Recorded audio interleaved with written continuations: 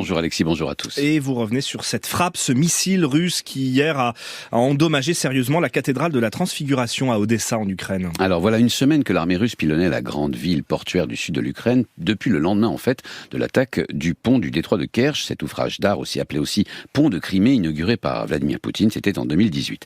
Ces frappes de représailles sur Odessa avaient sinon une justification, au moins un sens.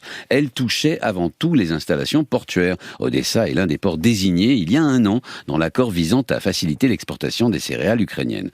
En frappant ces infrastructures, le président russe voulait en quelque sorte le vider de son sens. Plus de ports, plus de silos à grains, donc plus besoin de revenir à la table des négociations. Je rappelle que les céréales ukrainiennes nourrissent 400 millions de personnes dans le monde. Mais hier, le barrage de missiles qui a frappé le centre-ville historique d'Odessa était d'une toute autre nature. Il était punitif. Punitif parce qu'il visait à punir une ville qui résiste obstinément à la Russie.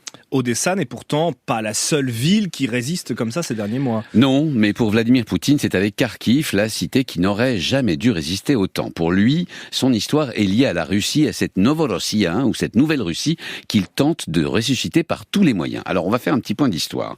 À partir de 1764, le prince Potemkin administre pour le compte de son impératrice, Catherine la Grande, une bande de terre au sud de l'Ukraine, longeant la mer d'Azov, la Crimée, et se poursuivant jusqu'à l'embouchure du Dniepr, une bande de terre qu'il appelle gouvernorat de Novorossiya et qui épouse presque exactement la carte des conquêtes d'aujourd'hui de la Russie en Ukraine, moins Kherson et Odessa. Donc, cet épisode historique est si important aux yeux de Vladimir Poutine qu'il est allé jusqu'à récupérer en novembre dernier les restes de Grégory Potemkin dans la cathédrale de Kherson avant d'évacuer la ville reconquise par les Ukrainiens. Or, Odessa appartient de façon indélébile à cette histoire glorieuse pour les Russes de conquête et de colonisation.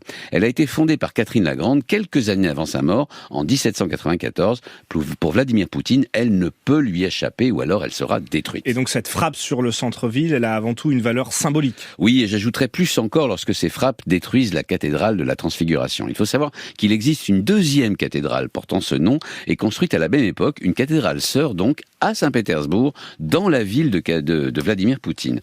En faisant détruire cet édifice remarquable, le président russe envoie le message suivant: si Odessa ne peut être à moi, elle ne sera pas non plus à l'Ukraine, et encore moins les merveilles édifiées par la grande Catherine, impératrice de toutes les Russies, je le rappelle. Par ailleurs, il en profite pour humilier l'UNESCO, dont le siège est à Paris, et qui s'est distingué en janvier en classant cette cathédrale au patrimoine mondial. Cette attaque n'a donc aucun sens militaire.